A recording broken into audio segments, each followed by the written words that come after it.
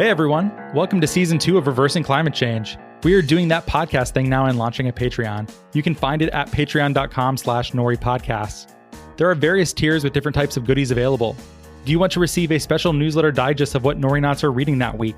Be a part of a Nori book club. Get special access to Nori events. Go take a look at patreon.com/NoriPodcast for what we're offering. And in that spirit of being lean in that startup kind of way that, we like to do, this list of goodies is subject to change, and we'd very much like your feedback. Is there something that you'd really like to see, but it isn't listed here? Honest feedback does a lot to help us shape what we offer to you. You can send an email to podcast@nori.com or fill out our podcast survey anonymously in our newsletter, which you can find at nori.com/subscribe. And thank you so much for listening to another season of Reversing Climate Change. Hello and welcome to the Reversing Climate Change podcast. I'm Ross Kenyon.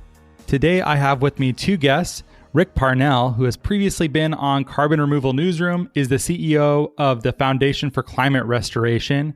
Hey, Rick, welcome to the other show. Thank you. It's great to be here. Yeah, it's great to have you on. And we also have Sir David King, the former Chief Scientific Advisor to the UK government and to Prime Ministers Blair through May. Hi, Sir David. Hi, good to be here. Glad to have you. I invited you both on because you co-authored the article, Stopping Climate Change Could Cost Less Than Fighting COVID-19 for The Washington Post. How did you come to that conclusion? What led to this piece? Yeah, I'm happy to start. I would just say that for us, it's about, the message of the piece is about we have the ability to change course and we can do it rapidly. There's been a lot of conversations in the past about the expense of climate restoration and changing behavior, and it'll take a lot of time. And I think that what COVID demonstrated is that when the challenge is put before humanity, we can make the change. It's not perfect, but can make the change and can find the investments possible. So I think it was a big moment in the behavior change for humanity is essentially the bottom line of the piece. If I could add to that, the COVID-19 pandemic has had a dramatic impact on economies around the world. And I think many governments, if not most governments, are now planning an investment program to get their economies back up and running. And I see this as the best possible opportunity to switch the economies of countries away from fossil fuels and into the new green economy world. How much has been spent on COVID-19 in the various ways that money is being spent? And how much do you propose might be enough to make a serious dent in climate change as you lay out in this piece? Well, I'm just going to speak to you from a British point of view. I'm very happy to tell you that just this week, the British Prime Minister has announced that the re-greening of the economy will happen here in the UK, and that by 2030, all of our electricity on the grid will be provided by renewable energy. This means a very, very big investment, in particular into offshore wind, which in Britain is now almost unbelievably cheaper to install than any other form of energy production on the grid. And secondly, photovoltaics. So using those two avenues forward, we can at least green the electricity production part of our economy. Of course, we would like to see considerably more investment into efficiency in buildings, energy efficiency in buildings, heating and cooling, etc. And that is also under discussion now here in the British government. Rick, I'll let you respond for the American perspective, but Sir David, I've also seen in the last week or so various announcements coming from Boris Johnson about carbon removal as an issue of policy in the UK. Do you know much about that? So in the United Kingdom, the government in 2017 announced that we would be changing our commitment from 80% reduction in greenhouse gas emissions by 2050 to net zero emissions. And net zero emissions implies, of course, because we can't get to absolute zero, that we will, on British soil, take up all of the greenhouse gases that are emitted in excess of the amount zero. So in other words, we have a big program now of installing 5 new greenhouse gas removal demonstrators. And out of those demonstrators, we anticipate that 2 or 3 will be rolled up to scale in order to remove greenhouse gases from the atmosphere. I believe this is much more important than is implied by what I've just said. Greenhouse gas removal at scale is a critically important part of repairing our climate system. Today, we're at 500 parts per million of carbon dioxide equivalent in the atmosphere. And just to explain that, pre-industrial period, the level of carbon dioxide in the atmosphere was 260 to 270 parts per million throughout the current warm period. And so we are closing in on doubling the amount of greenhouse gases in our atmosphere.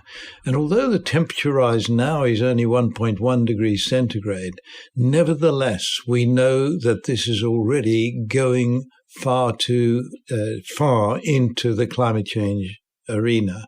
So if we look, for example, at what is happening today just in the Arctic Circle region, the Arctic ice sitting over the Arctic Sea has been melting over the last 25 years, and the result of that melting is that the Arctic Ocean is now exposed to sunlight, heavily exposed to sunlight in the Arctic summer, which of course is a 24-hour summer. And this means that the Arctic Circle region is now heating up on average at about 3 times the rate of the rest of the planet. So over 3 degrees centigrade up from what it was pre-industrially. Now, that is causing a large amount of concern for several reasons, one of which is the melting of the ice on Greenland. When all the ice on Greenland melts, global sea levels will rise by 7 meters, 22 feet. And of course, what that means is that every city sitting on coastlines around the world will be going underwater, well before that time anyway. I mean, I think if we go forward with the melting that is currently taking place, both on Antarctica and on the Arctic region, Greenland, but also the Himalayas, we're in for a sea level rise, which may well be 30 to 40 centimeters just in 30 years' time, and certainly 2 to 3 meters by the end of the century. Now, if we were to stop all greenhouse gas emissions tomorrow, we would still be heading in that direction because there's a very hefty time lag in the process. The tipping point has been reached for the irreversible loss of ice in the Arctic region, and it may well also be in that place in the Antarctic. And what that means is that we really, to manage this problem, have to have deep and rapid emissions reduction. Today we're closing in on 40 billion tons a year and still increasing. We need to switch that around and head towards close to zero as possible. And then we also need to start removing greenhouse gases at scale. Well, I'm certainly supportive of that. We need carbon removal. We need it immediately. And I'm happy to hear your voice so firmly in support of that. So, Ross, can I pick up there from Sir David and say that, yes, to your question about the cost, the cost range estimates from $150 billion a year to $5 trillion. But I think what's really important here is that the economic opportunity. When we were in Davos at the World Economic Forum back in January, our partner Thunderbird University released a study that shows that there is an estimated $1.5 trillion economic opportunity in annual economic opportunity in climate restoration, with a wraparound of up to $3 to $5 trillion of residual effects. So I think that to the point of the build back that so many of the different nations are doing it in a fully sustainable climate restoration, again, would be our goal, third pillar of climate action, or as Sir David says, climate repair. But making those kinds of investments will provide those kinds of economic opportunities. There's a lot of businesses. There's more than 650 different business solutions, operations that are either online or coming online and scaling. So it's a real opportunity. I have a colleague who talks about how carbon removal and climate restoration and climate repair is not unlike the solar and wind industry 15 years ago, where it was somewhat nascent and people weren't sure. And look at it today. So if you look at some of these kinds of solutions and investment opportunity over the next 10 to 20 years, it's in the trillions. If I could just come in to follow up on what Rick has said, here in Europe, we began investing in renewable energy systems on the grid. Germany began 1989. And by the year 2003, 2004, every European country was using a form of feed-in tariffs for the use of renewable energy onto the grid.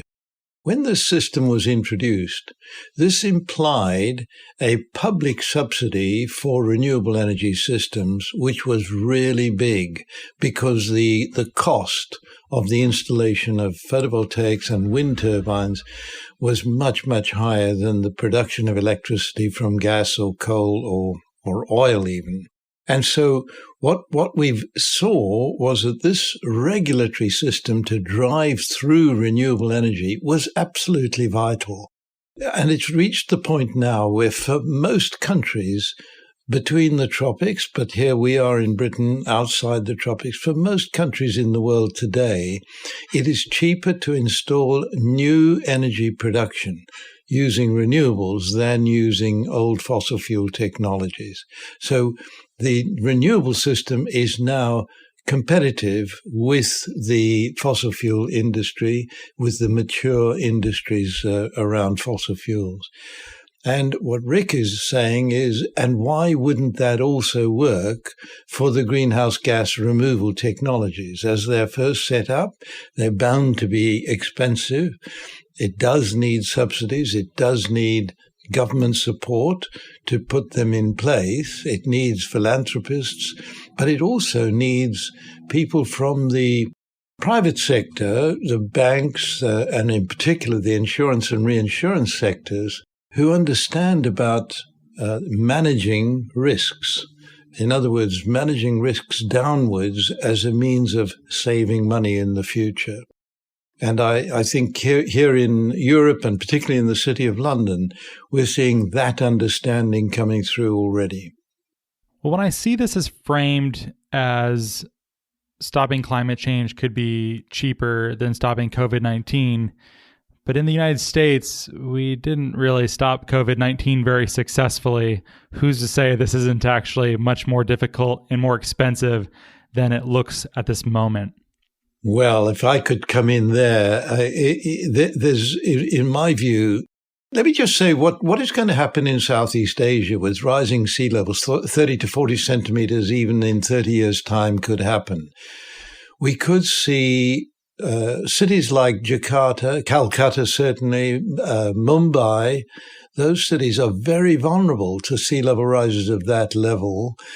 Country of Bangladesh, very vulnerable as well, and the whole of South Vietnam as well. The Mekong Delta, which has the largest rice paddy fields in the world, were likely to go underwater. The paddy fields of Indonesia also going underwater. That would be an enormous cutback in rice production in that part of the world, which is a staple part of the diet for several billion people living in that area. So what you're looking at is perhaps 200 million people looking for somewhere else to live. In other words, climate change refugees. I think you're looking at a total destabilization of the world economy. I think you're looking at a situation which becomes, by the second half of this century, a destruction of the global economy. So let me remind you what is happening with COVID-19. The economies of the world are stagnating, if not falling rapidly, as a result of this pandemic. Now, I'm saying, of course, the same is going to happen with climate change. We know what's going to happen well in advance, and we can start acting on it. by the way, we also anticipated a pandemic of this kind. I led a massive effort to see what might happen with a new infectious disease of this kind arising, and reported in 2006 that it was highly likely a pandemic of this kind would happen before 2030. If the world economies had taken notice of that, we could have avoided the disaster that has already happened.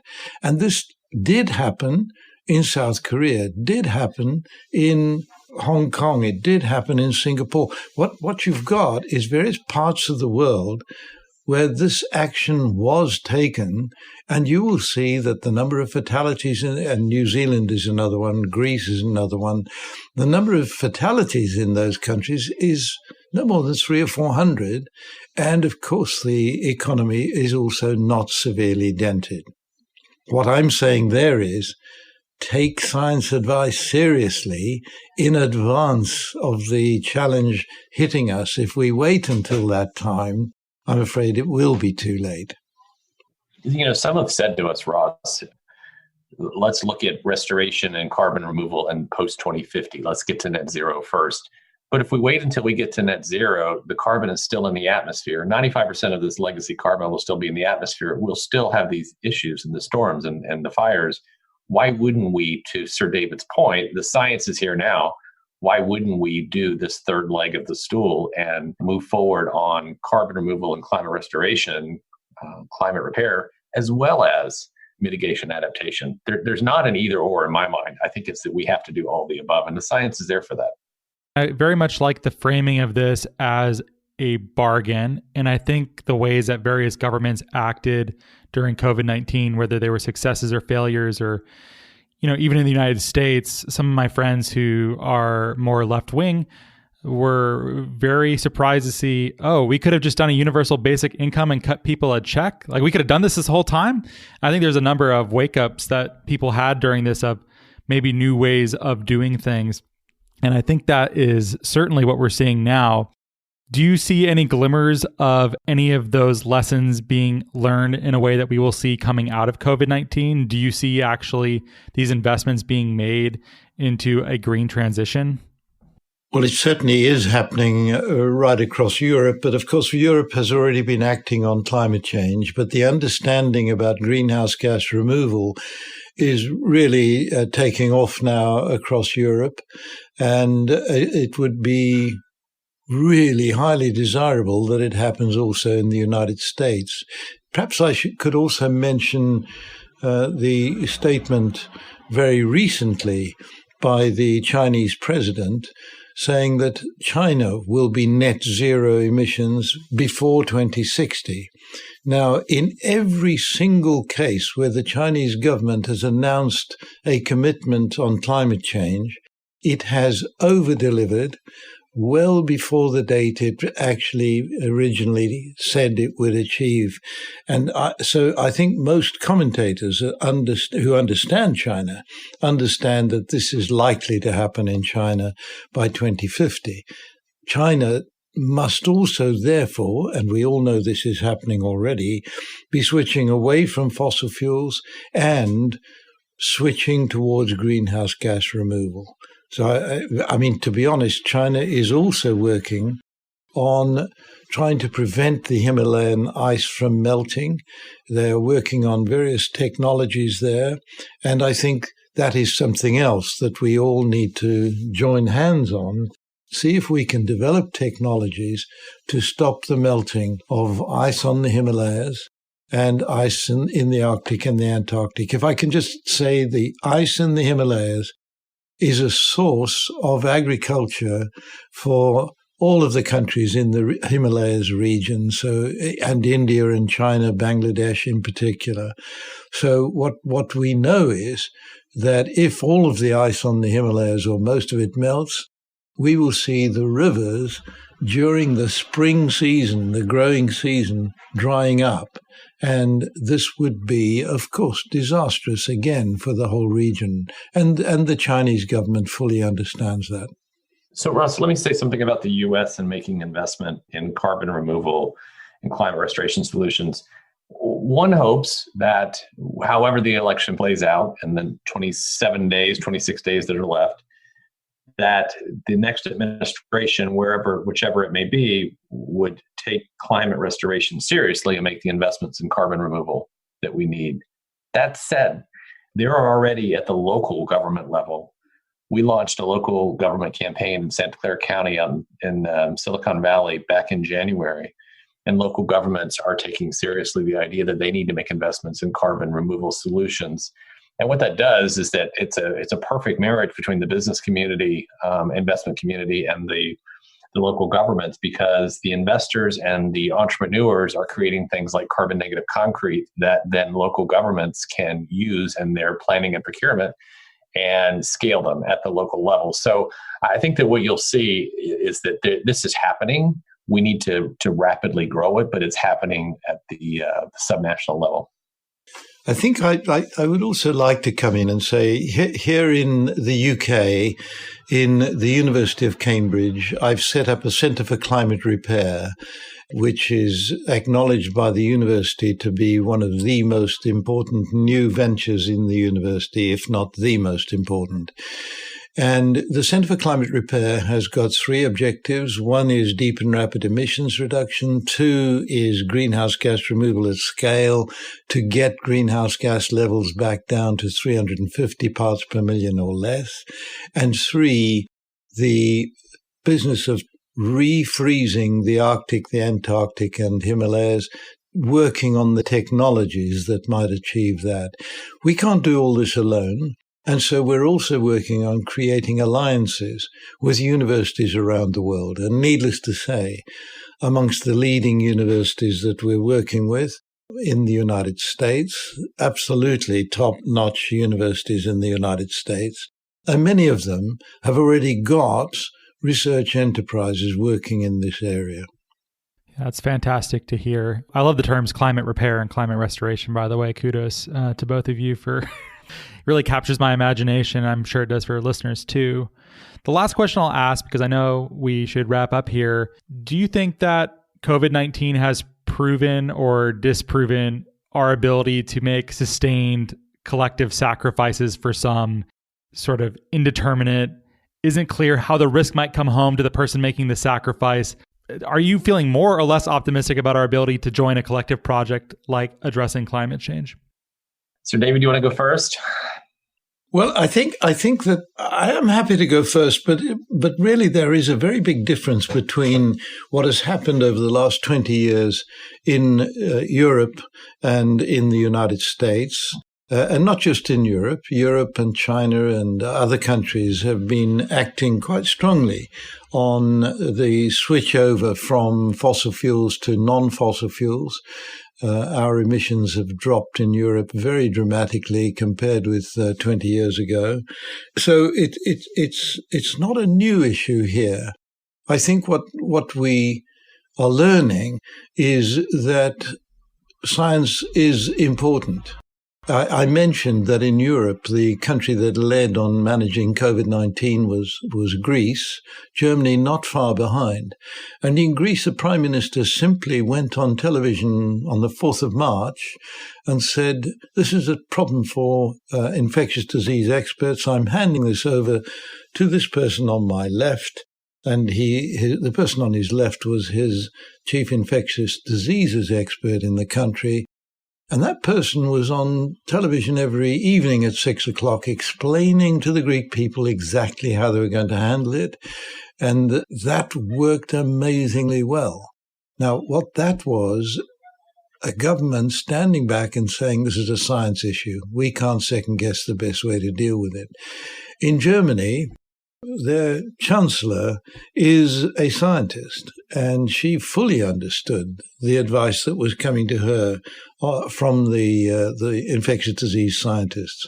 So I think it is critically important for governments to understand that when scientists make pronouncements on how to handle things, like we all surely believe that a vaccine is a way forward on infectious diseases. It's been such an enormous benefit to mankind over the last 100 years. So we don't question some of these things.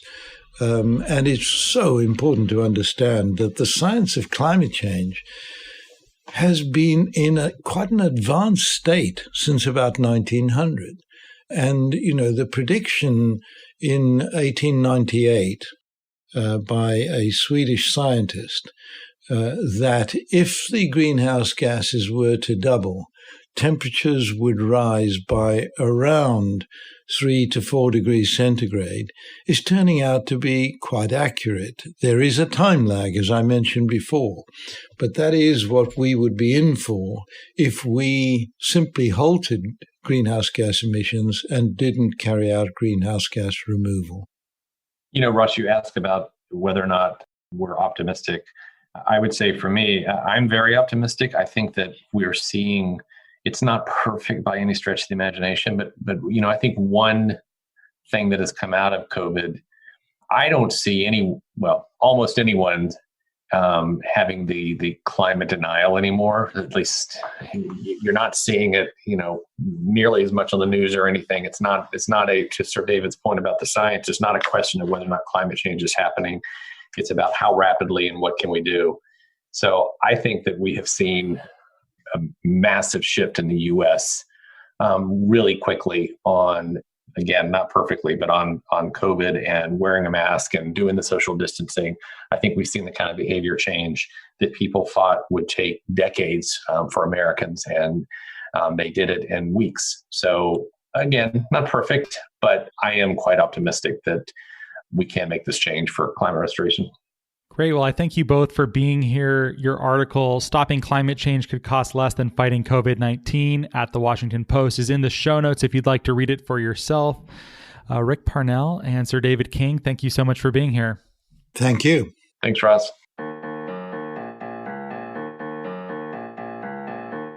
Well, thank you so much for listening. If you like the show, please rate and review it in Apple Podcasts and/or Stitcher. It really helps us a lot to get this content to a wider audience. If you think what we're doing is useful, interesting, fun, hopefully all three, we'd certainly appreciate your rating and review.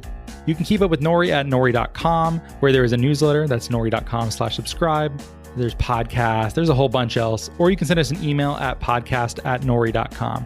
We are also now on Patreon at patreon.com/NoriPodcasts if you'd like more content, engagement, and community. And thank you so much for your support.